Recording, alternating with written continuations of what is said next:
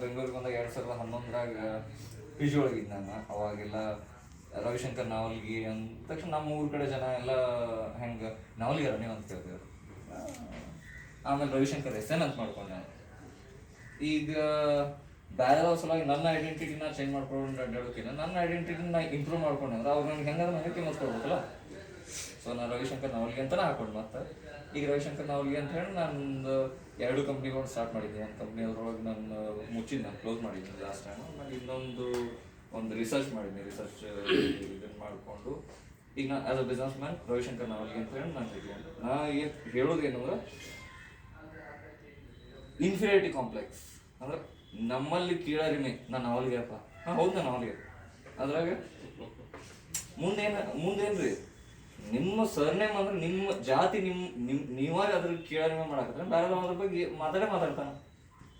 ನಿಮ್ಮ ಐಡೆಂಟಿಟಿ ನೀವು ಇಂಪ್ರೂವ್ ಮಾಡ್ಕೊಂಡ್ರಿ ಅಂದ್ರೆ ಬೇರೆಯವ್ರು ಅದಕ್ಕೆ ಇನ್ನೂ ಅದಕ್ಕೆ ರೆಸ್ಪೆಕ್ಟ್ ಕೊಡ್ತಾರೆ. ಸೊ ನನ್ನ ಹೆಸರು ಈಗ ನಂದು ಆಫೀಸ್ನಾಗ ನನ್ನ 2 ಬೋರ್ಡ್ ಮೇಲೆ ರವಿಶಂಕರ್ ನಾವಲ್ಗಿ ಅಂತಾನೆ ಆಯ್ತು. ರವಿಶಂಕರ್ ಎಸ್ ಎನ್ ಅಂತೇಳಿ ಇದ್ದದನ್ನ ನಾನು ತೆಗೆದು ಮಾತ್ರ ರವಿಶಂಕರ್ ನಾವಲ್ಗಿ ಅಂತ ಹಾಕಿದ್ದೆ. ಫೇಸ್ಬುಕ್ನಾಗ ಅದು ಇನ್ನೂ ರವಿಶಂಕರ್ ಎಸ್ ಎನ್ ಅಂತಾನೆ ಐತಿ. ಬಟ್ ಲಿಂಕ್ಡ್ಇನ್ ಅಲ್ಲೆಲ್ಲ ರವಿಶಂಕರ್ ನಾವಲ್ಗಿ ಅಂತಾನೆ ಹಾಕಿನಿ. ಯಾಕಂದ್ರೆ ನನ್ನ ಐಡೆಂಟಿಟಿ ಮೇಲೆ ನನಗೆ ಹೆಮ್ಮೆ ಐತಿ.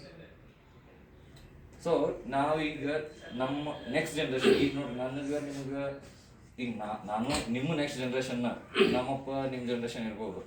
ಈಗ ನನ್ನ ನೆಕ್ಸ್ಟ್ ಜನ್ರೇಷನ್ ನಿಮ್ಮ ಮಕ್ಕಳು ನಮ್ಮ ಮಕ್ಕಳು ಇವ್ರು ಏನು ಮಾಡ್ತಾವೆ. ಈಗ ನಾನು 4 ವರ್ಷದ ಮಗ ಅದಾನ. ಈಗ ನಿಮ್ಮ ಮಕ್ಕಳು ನಮ್ಮ ಮಕ್ಕಳಿಗೆ ಯಾರು ನಮ್ಮವ್ರು ಅಂತ ಗೊತ್ತಿರೋದಿಲ್ಲ. ಸೊ ಈ ಥರ ನೀವು ಸಂಘ ಮಾಡೋದ್ರಿಂದ ಫಸ್ಟ್ ಏನಂದ್ರೆ ನಿಮ್ಗೆ ಐಡೆಂಟಿಫಿಕೇಶನ್ ಅಂದ್ರೆ ಯಾರು ರೈಟ್ ಕ್ಯಾಂಡಿಡೇಟ್ಸ್ ಯಾರು ಅವಶ್ಯಕತೆ ಒಳಗದಲ್ಲ ಅಂಥವ್ರನ್ನ ಐಡೆಂಟಿಫೈ ಮಾಡೋದು ನಿಮ್ಗೆ ಫಸ್ಟ್ ಚಾಲೆಂಜ್. ಅದನ್ನು ಮೊದಲು ಮಾಡ್ಬೇಕು ಸರ್. ಐಡೆಂಟಿಫಿಕೇಶನ್ ಸುಮ್ಮನೆ ಎಲ್ಲರಿಗೂ ನಾವು ಈ ಸಂಘದಿಂದ ನಾವು ಹಿಂಗೆ ಹೆಲ್ಪ್ ಮಾಡ್ತೀವಿ ಅನ್ನೋದನ್ನ ಯಾರು ಆ್ಯಕ್ಚುಲಿ ನೀಡ್ನಾಗ ಅದಾರು ಐಡೆಂಟಿಫಿಕೇಶನ್ ಫಸ್ಟ್ ಐಡೆಂಟಿಫೈ ಮಾಡಿರಿ. ಆಮೇಲೆ ಸೆಕೆಂಡ್ ಏನಂದ್ರೆ ಈ ಕೀಳರಿಮೆ ಇದ್ದ ಜನರನ್ನು ಕರೆಯಕ್ಕೆ ಹೋಗ್ಬೇಡ್ರಿ. ಒಳ್ಳೆ ಒಂದ್ಸತಿ ಕರೀರಿ, ಬರುವುದನ್ನ ಬಿಟ್ಬಿಡ್ರಿ, ಅವಶ್ಯಕತೆ ಇರಲಿ ಅದು.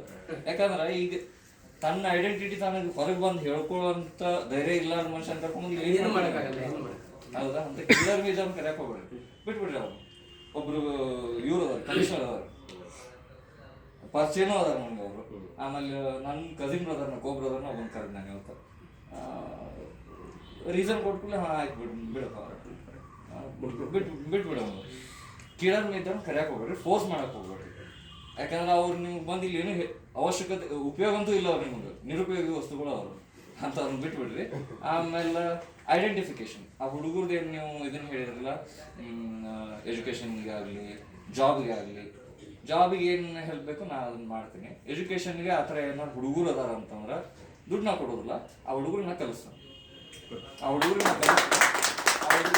ಎಜುಕೇಷನ್ ಫೀಸ್ ಏನೈತಿ ನಾನು ಈಗ ಇಲ್ಲಿ ಮಾತೃಛಾಯ ಒಳಗೆ ಕೊಡ್ತೀನಿ. ನಾನು ಮಾತೃಛಾಯ ಅಂತೇಳಿ ಇಲ್ಲಿ ಅನಾಥಾಶ್ರಮ ಐತಿ ವಿಜಯನಗರದಾಗ. ಅಲ್ಲಿ 30 ಹುಡುಗರು ಅದಾವ, 30 ಮಕ್ಕಳು ಕಲಿತಾರೆ. ಈಗ ಅದನ್ನ ಬೇಕಾದ್ರೆ ನಾನು ಇವ್ರು ಕೊಡ್ತೀನಿ. ಎಜುಕೇಷನ್ ಕೊಡ್ತೀನಿ, ದುಡ್ಡು ಕೊಡೋದು. ನಾನು ಎಜುಕೇಷನ್ಗೆ ಏನು ಖರ್ಚಾಗತ್ತಿಲ್ಲ ಅದನ್ನ ಕೊಡ್ತಾನೆ. ಜಾಬ್ ಹಚ್ಚಕ್ಕೆ ಏನು ಅವ್ರಿಗೆ ಹೆಲ್ಪ್ ಬೇಕು ಜಾಬ್ನ ಹಚ್ಚಿಸ್ಕೊಡ್ತೀನಿ. ಕಂಪ್ನಿಗಳು ಅದಾವು, ಜಾಬ್ ಹಚ್ಚಿಸ್ನ ಅಷ್ಟನ್ನ ನನ್ನ ಕಡೆಯಿಂದ ನಾನು ಹೆಲ್ಪ್ ಮಾಡ್ಬೋದು. ಬಟ್ ಏನಂದ್ರೆ ಈ ಕೀಳರಿಮೆ ಇದ್ದ ಜನರನ್ನ ಕರೆಯಕ್ಕೆ ಹೋಗ್ಬೇಡ್ರಿ. ಅವ್ರು ಎಂಥ ದೊಡ್ಡ ಹುದ್ದೆ ಒಳಗಿರಲಿ ಕರೆಯಕ್ಕೆ ಹೋಗ್ಬೇಡ್ರಿ. ಅವ್ರು ಅವಶ್ಯಕತೆ ಇರಲಿ ಅವರು ಅಷ್ಟೇ. Thank you.